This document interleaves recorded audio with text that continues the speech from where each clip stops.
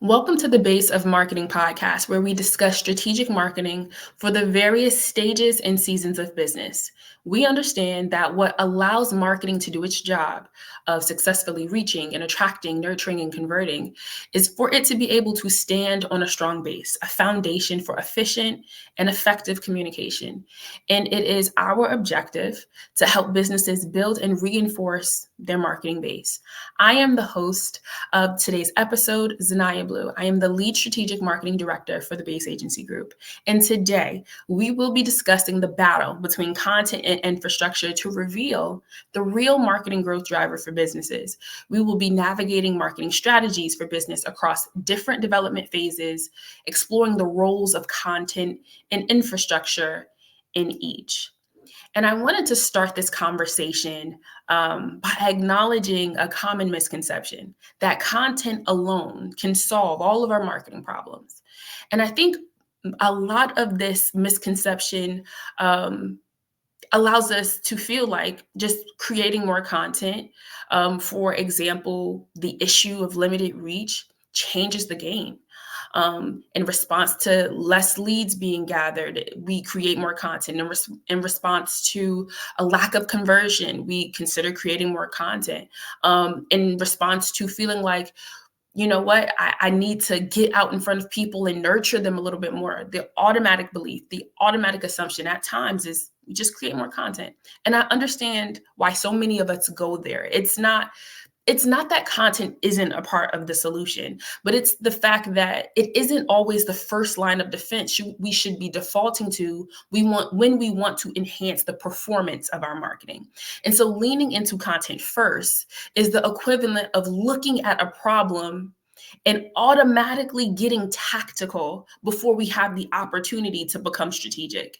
And so if we haven't surveyed the overall performance, looked at the customer journey for gaps, looked at conversion rates for opportunities to optimize, but we have already started to draft the next blog post or started planning the next webinar, we are creating content without making sure we're actually solving the problem. And that is what we're going to be breaking down here today.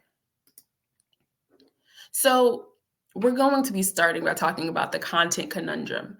And so it's the belief that pumping out more content leads to success because we are in this content marketing era. And so marketing assets have always existed for as long as marketing has existed, but we haven't always called it content. This new name for marketing assets comes with the kind of shift we're seeing in the customer buying process, whether you're a B2B, so whether you're selling to businesses or whether you're B2C, whether you're selling to consumers, so much of our natural buying process is happening online. And so since we are buying online personally, when we get to work, that temptation to continue to buy online doesn't just go away. As consumers, we have gotten used to the ease of being able to use technology to put us right in front of the solutions that we believe are going to solve our problems. And so now, over 60% of the buying experience, even in the B2B space, is self-guided and also online. And so the idea now is that for more businesses, again, in B2B and B2C spaces, we are creating more content so that we can help our buyer guide themselves through the online buying process, but we want them to have trust with us while they do that. So we want to be the ones to teach them and be the ones to guide them. And I think there's a place for that. It is absolutely appropriate that we allow ourselves to support them through that buying process. But the question becomes, is here and now the place for a content solution? And I'm going to give you 5 examples of problems that content alone cannot fix. And so one problem that content alone cannot fix is a lack of targeted reach.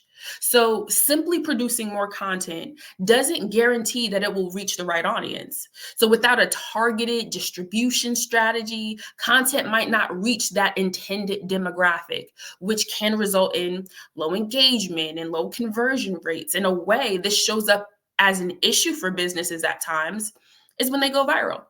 Going viral or getting overexposed to the wrong audience usually generates the wrong kind of attention or traction with people who aren't necessarily qualified to be buyers. And so I've seen businesses get distracted by the reach they get from virality. And now they're starting to see or realize when they try to convert them that these people aren't actually qualified to buy. Why aren't they qualified to buy? One reason might be because they don't have the problem. They just can simply see you. And so now you have to work harder to reach the people whose problem you understand and whose solution you have in hand. So that's just one example of how a lack of targeted reach is a problem that content alone cannot solve. Another problem that content alone cannot solve is lead qualification. So merely increasing your content volume doesn't address the challenge of your lead not actually meeting the criteria being fit to go ahead and buy. So if you are solving a problem of pain, let's say you're a dentist and you're solving the problem of like, oh, I serve people who have extreme pain and need emergency surgeries. Okay, well, if you aren't actually, that's actually a super poor example. Without proper lead scoring criteria and processes in place, businesses risk wasting resources on unqualified leads, generating high volume content, which is usually pretty expensive and pretty time consuming for development. Another problem content volume can't solve is a lack of lead nurturing. Generating more content doesn't mean you're automatically effectively nurturing your leads so that they go ahead and transition from strangers into customers. And so without tailored nurturing sequences and personalized communication, leads might fall through the cracks or become disengaged, which results in a loss in opportunities for conversion or opportunities for sale. Two more quick ones are low conversion rates. While content plays a huge role in attracting prospects, it's not always sufficient to drive conversions all by itself. And so without optimized landing pages or clear calls to action, that streamlined conversion funnel with high volume content might fail to translate into meaningful leads or sales. And so you're going to see that even though you might have your prospects within reach, they aren't taking the action you want them to go ahead and take. And lastly, another problem that marketing content volume simply cannot solve is clunky marketing operations. So increasing your content volume can actually create a problem and exasperate operational inefficiencies if marketing processes are disjointed or poorly organized. And so if you don't have streamlined workflows or automated systems, businesses might either undertouch or overtouch leads, which leads to a less than optimal customer experience, or which just might lead to wasted resources.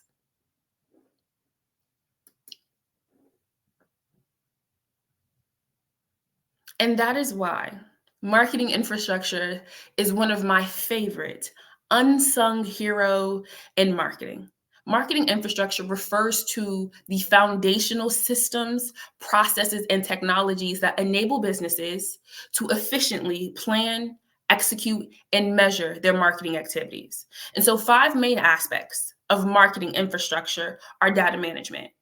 Marketing infrastructure involves the collection and the organization and analysis of data from various sources, including customer interactions, website traffic, social media engagement, sales, and transactions. Effective data management allows businesses to gain insight into customer behavior, their preferences, and trends, allowing them to make more informed marketing decisions. And unfortunately, especially in some smaller organizations, there's a less appreciation for the data they have access to. But the power of data is that from reviewing it, you know what to sell, you know who to sell it to, you know what to say about it, you know where to say it, and you also know what happens after you say it. And that is pure power in marketing. Another aspect of marketing infrastructure are automation systems. And so marketing automation tools streamline really repetitive tasks such as email marketing or social media posting and lead nurturing. These systems help businesses automate more of that workflow and that personalized communication we were talking about. But it also allows you to track customer interactions and making sure that your marketing is efficient and effective. My eyes used to glaze over at the idea of more scheduled emails, but I want you to think about it in this way. Consider marketing automation as doing the things that, if you had to do them yourself, would cost you an additional 4 to 7 hours a day of high value and high intensity work directly with your customers and prospects, because that's exactly what it is. It's not just back end tinkering. It's not just quick systems. It is time your brand gets to spend with your prospects and your customers that you only have to invest in every once in a while, which is when you have to develop it and when you have to optimize it. It gives you back time while also being a tool or resource that can be maximized for high value time, which is time with the prospect or the customer. Another aspect of marketing infrastructure are analytics and reporting. Marketing infrastructure includes robust analytics and reporting capabilities to make sure that you are measuring the performance of marketing campaigns and tracking really important metrics or KPIs to make sure the marketing works, or to also make sure that you can evaluate ROI. And so by analyzing metrics such as website traffic and conversion rates and customer acquisition costs, a business can identify areas to improve and to optimize their marketing strategies. Now, sometimes that goes ahead and impacts the efficiency of marketing, but sometimes that also impacts how much marketing financially cost. And so your analytics and your reporting is almost a pulse check to make sure that you aren't burning revenue on things that aren't performing, but it also allows you to kind of make sure that revenue is still alive and coming into your business. And so sometimes based on your marketing activity, you can tell if your pipeline is living or dying. And you can use that to determine some of the health of your organization. The next stage or the next area that is a part of your marketing infrastructure is content management. Now, I said that content wasn't the end all be all of your marketing, of solving your marketing problems, but that doesn't mean that content isn't important. Content management systems play a crucial role in marketing infrastructure by facilitating the creation, the organization, the distribution of content across various channels. And so a centralized CMS or content management system allows your business to manage content assets effectively and maintain brand consistency and ensure that there's a timely delivery of relevant content to target audiences. And the more dynamic or complex your business model is, the more regions you target, the more customer segments you have, the more personas you have in your business, the more robust your content management system is going to be. So that's also going to be a huge deal. And then one of the last aspects of the marketing infrastructure that we're going to be talking about, or that I'm going to share here on today, is the integration of sales and customer service or customer success. And so marketing infrastructure should be really closely integrated with sales and customer success systems to enable seamless communication and collaboration across departments. And so you really want data to be flowing between marketing and sales and customer success, and integrating all of these areas within your CRM or your customer relationship manager or management system allows for better lead management, lead scoring, and alignment of marketing efforts with sales objectives. I have had experience myself where I was being sold on something from a marketer. I was being presented something by a marketer. I was being sold something absolutely different to by a salesperson, and all at the same time, I was also dealing with a customer success person because the marketer and the seller had no idea that I was already a customer.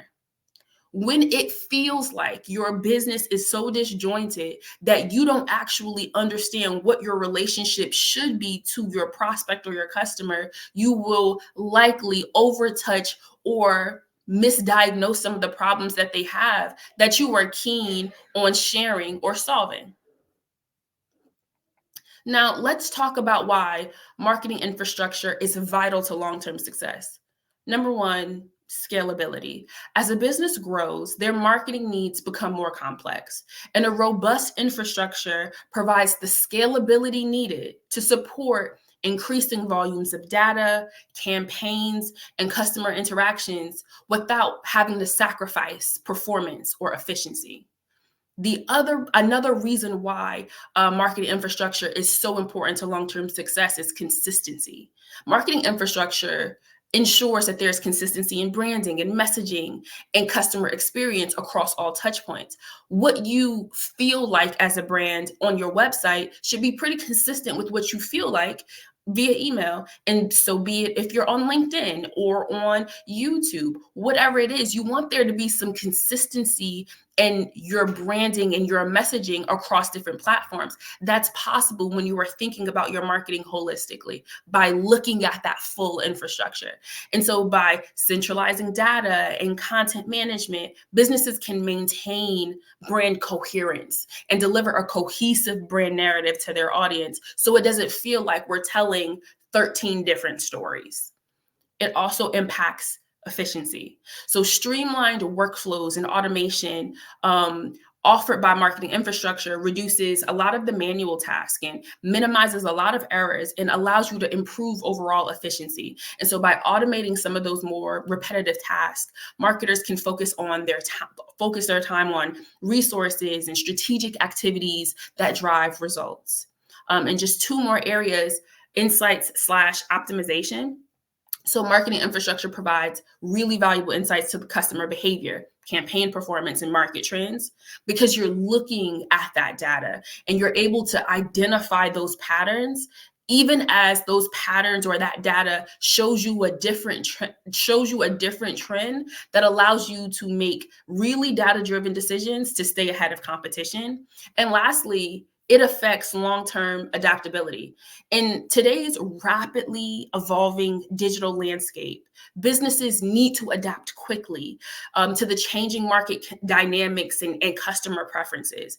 And when you have a flexible marketing infrastructure, it allows for easy integration of new technologies, new marketing channels, or tactics, which enables your business to stay agile and responsive to market changes. I think one of the reasons this feels like a really big deal for me to just even highlight adaptability is because when a business is a little bit newer or more on the small or the startup side, there can be a little bit of hesitation in developing infrastructure because you're like, we're so new, so much is going to change anyway.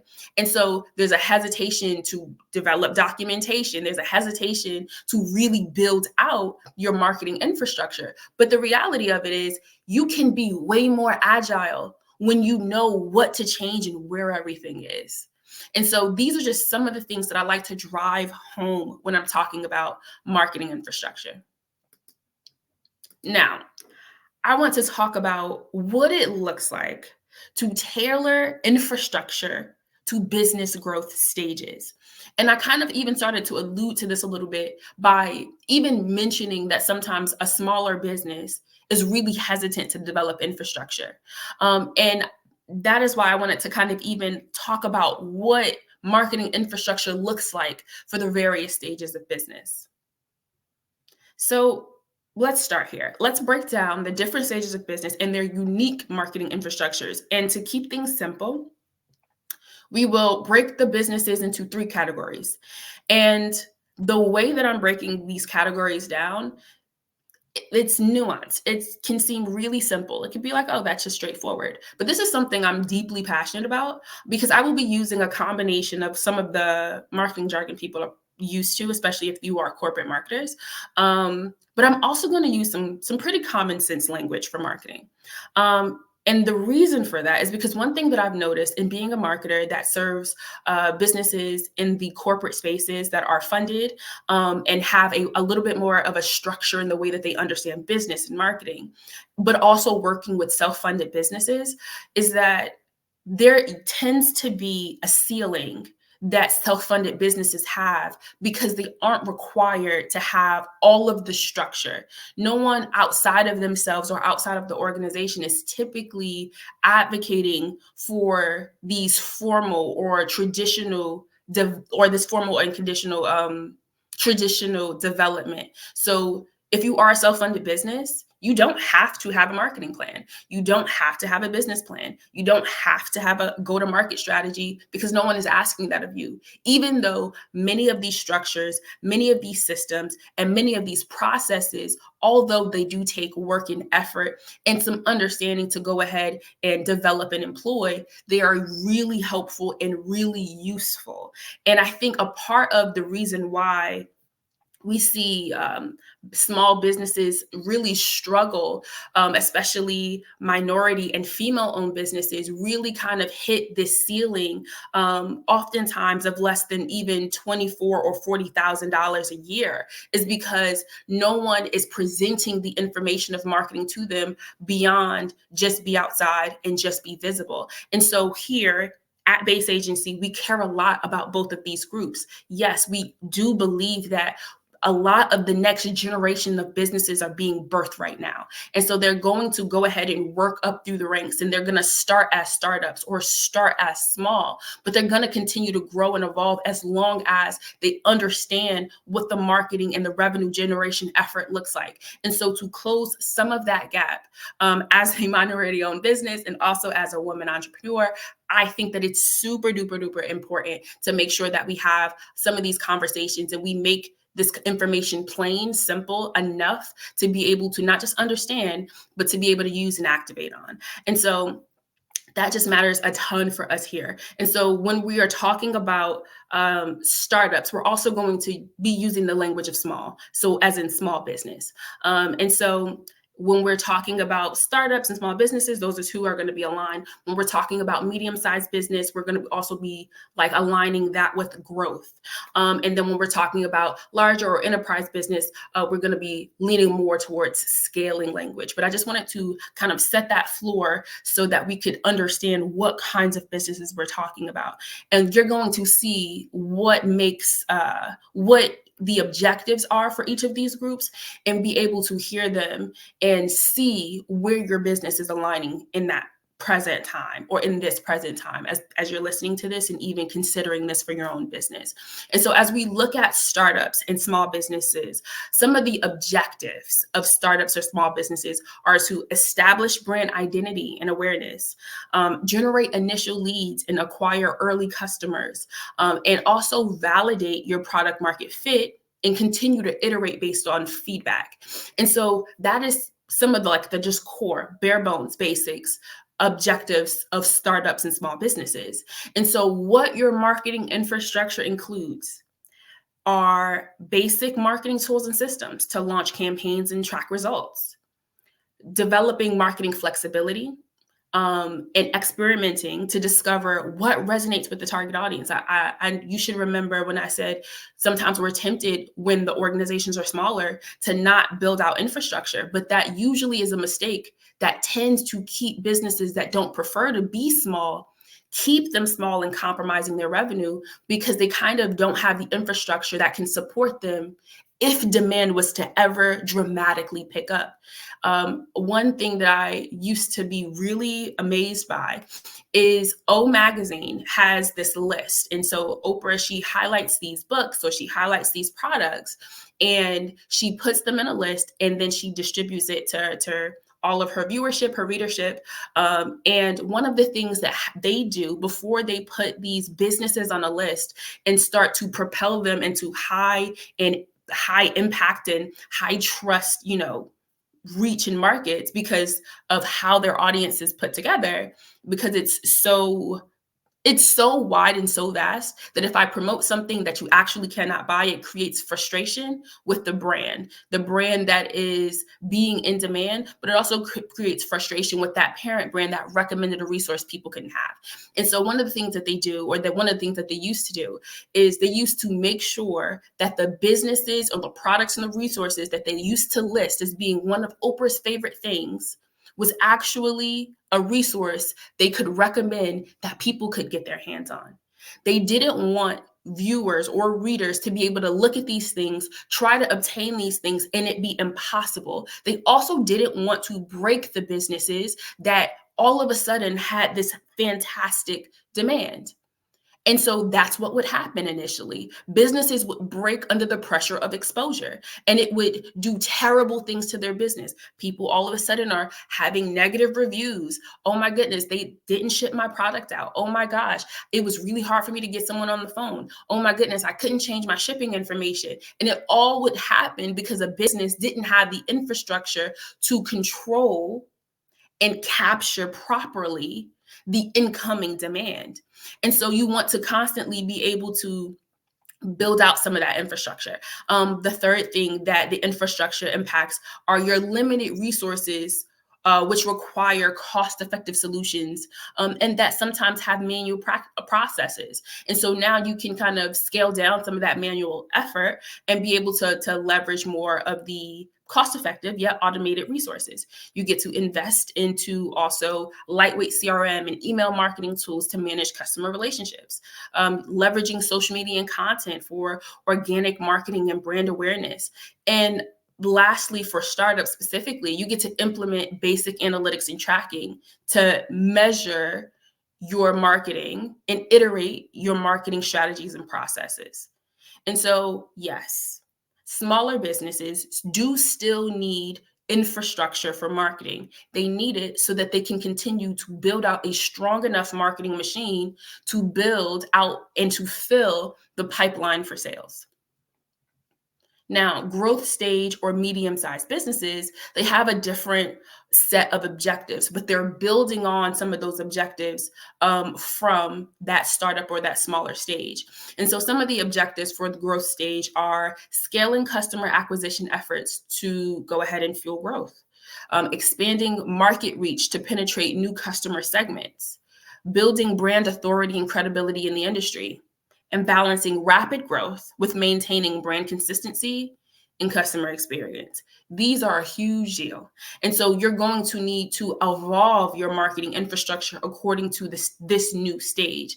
And what some of that evolution looks like are investing into more advanced marketing tools and platforms for scaling your marketing efforts, focusing on data-driven decision-making and automation to improve efficiency and to make sure that you're getting a return for your reinvestment into marketing, integration of sales and marketing systems to streamline that lead management and conversion process, scaling marketing operations without sacrificing the quality of that marketing or without sacrificing your customer relationships, implementing a more robust CRM system to track and manage leads through the sales funnel, adopting marketing optimization tools for more lead nurturing, lead segmentation, and personalized messaging, because we talked about in this stage, you're going to sometimes grow your market. You're going to grow into new segments and be able to kind of hone in with some of that personalization. And that personalization isn't just, hi, Zaniyyah. Sometimes it's segmentation based on how I understand my needs, how like who I am, some of my demographics, or even some of my psychographics. Some of those things can lead to greater segmentation, even segmenting by region or location. Those are some of the things that you want to be able to do. You want to be able to segment your messaging and your marketing so that your communication is a little bit more streamlined and a little bit more specific, so that you can show that you know for sure how to essentially present the solution to this unique buyer. And lastly, you also want to be investing in content marketing, thought leadership, and PR to help establish that authority and credibility in your industry. So if you're in your growth stage, these are some of your priorities. And you aren't going to be able to say, let's buckle down for 30 days and let's build this out. Experienced marketers, experienced folks in building marketing infrastructure and just doing marketing in general they know and understand it takes time. You don't necessarily even add these to the list of things to do in the quarter. And sometimes you don't even add this to the list of things you accomplish in a year. It takes time to build out much of this stuff. It also usually takes a team of different kinds of professionals who have different skill sets to be able to come in and to build this out. And so that is why we have a tendency to kind of prioritize this, even as we do the work of going ahead and marketing and selling. And so for those larger organizations or organizations that have a priority on scaling to an enterprise level at times, they have a different set of objectives. So their objectives are to sustain growth momentum and expand market share, enhance customer loyalty and increase customer lifetime value, streamline marketing operations for efficiency and scalability, focus on building a cohesive omni-channel customer experience across touchpoints.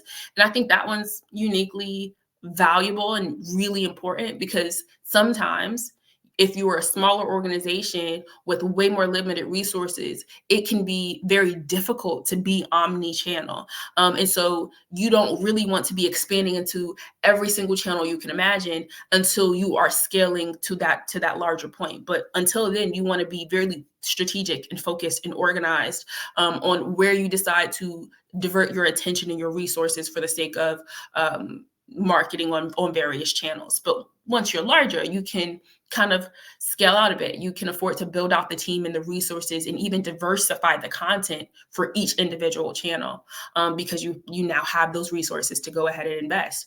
You are also investing in customer retention strategies such as loyalty programs and personalized engagement initiatives. So that's really exciting. I would say one of the examples that I saw of that recently is I like to run for fun. And so one of the things that I like to use to do that are the Nike running app.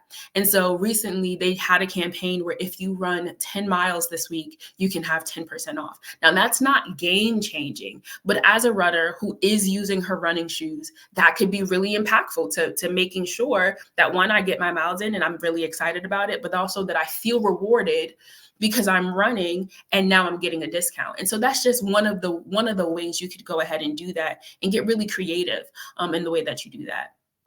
And so the evolution of the marketing infrastructure for those larger businesses are going to include an integration of marketing technology stack to make sure that you can support those different complex operations. And sometimes instead of one tool, you're using a few and they're all working together, and you're getting the information handed off into one platform to use it in another platform to meet another end. Another aspect of that evolution of that marketing infrastructure could be implementing sophisticated analytics and reporting tools for more of that data-driven decision-making. Consolidating marketing technology to streamline some of that operations to reduce redundancies, because you could also have a bunch of tools that do the same thing and be wasting money and resources. You can kind of bring a few things together. Implementing advanced CRM capabilities. So for predictive analytics, lead scoring, and segmentation. The bigger you are, the more important it is. Well, it's always pretty important to try to predict or work towards predicting how much revenue is going to come in based on your marketing right now. But it's especially important, and it can be a bit expensive and time consuming to have predictive analytics to make sure that we can keep up our sales goals. We can go ahead and reach them quarter over quarter, month over month, year over year, by being able to predict based on data what's going to happen as far as revenue and conversion is involved. And then lastly, just going ahead and fostering collaboration and alignment between marketing, sales, and customer success teams to make sure that you're delivering a pretty seamless customer experience. And so that is what the diversity of marketing infrastructure can look like based on your different business stages. And that's also going to go ahead and influence some of your business objectives. And so now, I want to talk through a few examples of times that a prioritization of marketing infrastructure has helped solve a marketing problem that the knee-jerk reaction for was to hurry up and create more content. And so I'm going to be using anonymized stories that are specific to clients that I've worked with previously. And so the first anonymized context is in a B2B software provider context. And so the challenge that the company struggled with was lead generation. And so sales and marketing efforts were oftentimes pretty siloed at the time or in the very beginning, meaning that each one built solutions to this problem without the full collaborative consideration of the other. And they relied really heavily on content marketing to attract leads, but struggled to manage the leads effectively despite having a CRM, because sometimes the idea is that the CRM changes everything. I think how you use the CRM changes everything. And so the solution was that the company started to really maximize their CRM capabilities. They started leveraging more marketing automation and lead scoring capabilities. And next, they started to lean into tracking their customer journey through the marketing and sales funnels. And they established clear processes for lead qualification and the handoff between marketing and sales teams, which ensured that there was alignment and accountability throughout the customer journey. And I think the thing that really helped changed the trajectory of the marketing was the marketing team transitioning from thinking of funnel. So I bring the lead in and I hold on to them until I hand them to marketing. But they really started to lean into the concept of flywheel, meaning that instead of gathering leads and handing them off, they started supporting the ongoing conversion through the sales process with ongoing campaigns that kept them warm and engaged, ready and excited for their next opportunity to purchase. And so it takes time, and it takes time, and it takes real effort and team buy-in to fully execute a plan like this. But it really doesn't happen all at once. It doesn't all happen in a year, even sometimes. And so you want to be able to have enough time to build a plan, to activate the plan, and to start iterating that plan so you can start to see positive ripples of change happen to solve your problem. And so, yes, once we did start to implement that, once we did go ahead and get started with implementing that solution, we started to see where the changes in the lead generation process really started to kind of turn around for the better. But everything didn't turn around all at once. It was the collaborative effort of those teams explaining where our focus was going and kind of even solving the problem in an absolutely different way that led to the development or the generation of more qualified leads over time. And so the result of these efforts were streamlined lead management, improved lead tracking and visibility, which led to more effective lead nurturing and follow-up by the sales team. It increased the conversion rates by implementing lead scoring and prioritization based on engagement levels. And so the company focused sales efforts more so on those high-quality leads, which resulted in improved conversion rates and also shortening that sales cycle. So if it takes a year to close now, it could take less time. It could take 6 months. It could take 9 months, because you're now not trying to convert leads that are either difficult or impossible to convert, and you aren't diverting your attention and your resources into that direction. And it also just led to better sales and marketing alignment. So clear processes and communication channels between marketing and sales team have led to improved collaboration, helping to drive business growth and customer satisfaction. Now, this is a real life story. So these businesses and these teams are still executing these processes. They are still prioritizing solving this problem or solving these problems. And so you want to be really realistic about how long it takes to apply a solution and how long it takes to see the full scope and scale of results from these changes. Again, it takes time, but it also takes execution. And so some of the key takeaways from this case study specifically is that alignment drives results. Close collaboration between your marketing and sales teams are essential for maximizing lead conversion and revenue generation. The second key takeaway here is to focus on quality over quantity. It's really easy to say, I want 1 million leads. You could also say, I want 10 of the right ones. And so prioritizing high quality leads based on engagement and intent to buy leads to better conversion rates and a higher return on your investment into marketing.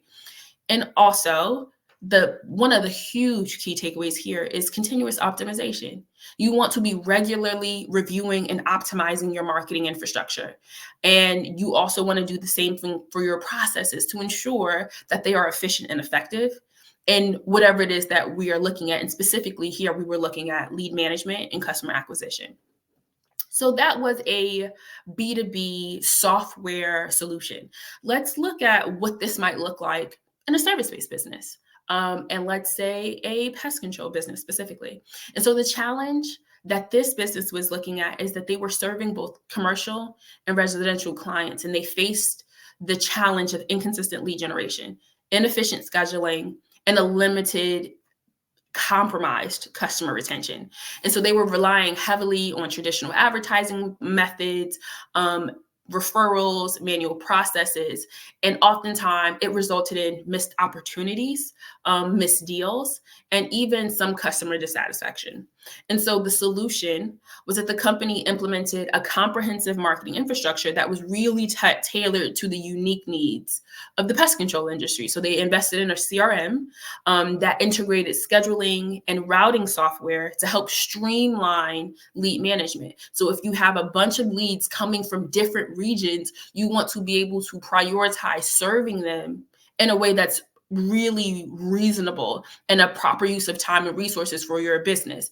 And so that included more appointment booking, strategic appointment booking, and technician dispatch, and not just sending someone out to just hit a bunch of different locations on a list that has them zig-zooming across the map, but possibly allows them to prioritize different regions on different days. And so they also launched targeted digital marketing campaigns that focused on both commercial and residential segments. So different assets, different customer journeys, because they are different kinds of customers.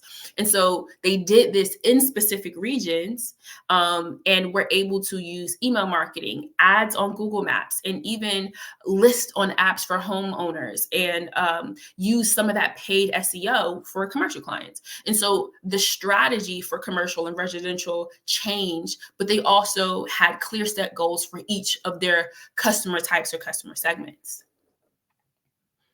And so the results: increased lead generation. So by implementing targeted digital marketing campaigns, they saw a significant increase in inbound leads from both commercial and residential homeowners. It also improved efficiency. So with automated scheduling and strategic routing capabilities, they were able to optimize technician routes, reduce travel time, which leads to improved service efficiency and customer satisfaction, which also, as quiet as it is kept sometimes, impacts staff retention and work ease. Because if it's harder for me to do my job because we actually aren't being strategic, you're going to have people looking to your competition for employment because they're being more intentional, more strategic, and more thoughtful in the way that they solve the customer's problem. And this also led to enhanced customer retention. So by leveraging the CRM system for proactive communication and follow-up, they improved customer satisfaction, loyalty, and led to higher retention rates and increased referral of business.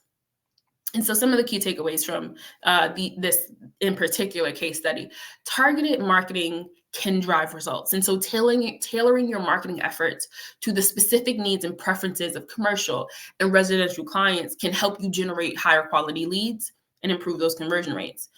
2, automation saves time and resources. Implementing automated scheduling and communication tools reduces the manual workload and improves operational efficiency, which enables for faster response times, better service delivery, and also a better quality in your workday and work environment. And then lastly, customer engagement is essential. Proactive communication and follow-up with customers enhances satisfaction and loyalty, which leads to repeat business and positive word-of-mouth referrals.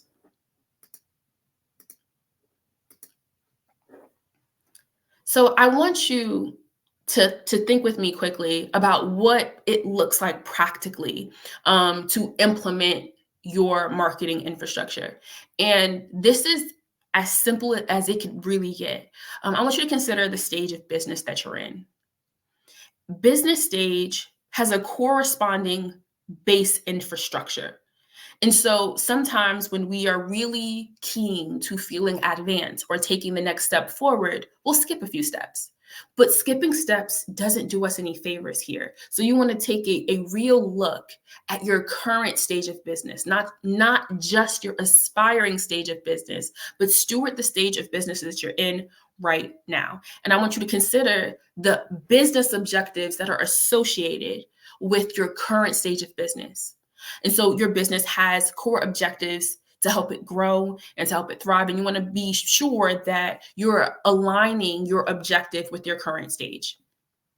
And then you want to prioritize building an infrastructure to help you support your business objectives and consider more than just your externally facing content and assets. You want to build for sustainability. You want to make selling, marketing, and converting simple, but you also want to make keeping clients easy. And so you want to be keeping all of these things in mind as you are developing your infrastructure. And this is going to help you accomplish three things. It's going to make sure that you don't get ahead of yourself, and make sure that you prioritize building an infrastructure for your current season of business while still keeping your future stages in mind.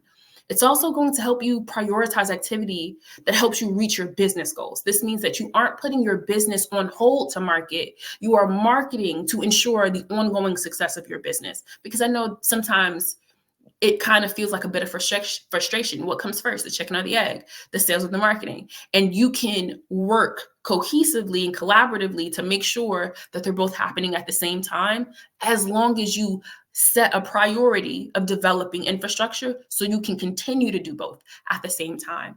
And lastly, you want to do this to help create sustainable marketing success as you build out your infrastructure.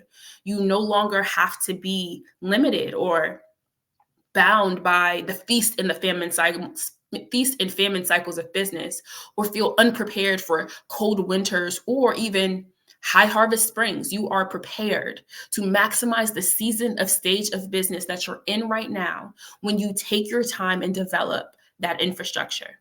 And to help you go ahead and accomplish that, I created a resource. Infrastructure changes the game for businesses of all sizes. And to ease the process of marketing infrastructure development, we've created a cheat sheet. And so you can look at your business stage and see our recommendation for the kinds of infrastructure priorities we would recommend for you in your business based on your current business stage. And so all of these infrastructure recommendations are aligned with the kind of business objectives that are most typical for these stages.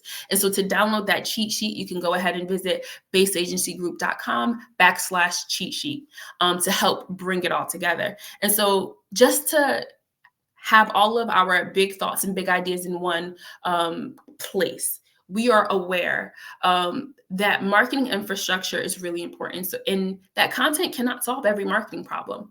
Marketing power comes from your marketing infrastructure. You want to tailor your infrastructure to your current business stage and prioritize building out your marketing infrastructure to help drive growth in your business. You get to enjoy the season of business that you're in. You get to solve problems. You get to provide solutions, but it starts by solving some of your biggest internal problems first. And so I just wanted to say thank you for listening to this episode of the Base Marketing Podcast. We invite you to subscribe on YouTube and on your podcast platform. And of course, leave a review or a comment. In our next episode, we will be discussing marketing data. Our ability to leverage data and stop ignoring or hiding from it can expose some really powerful insights for us in business. And sometimes we're really nervous about what data says about us, about our work, but it's time that we face the music. And I think we can do it without hurting ourselves or hurting our business. And so until next time, thank you so much and happy marketing.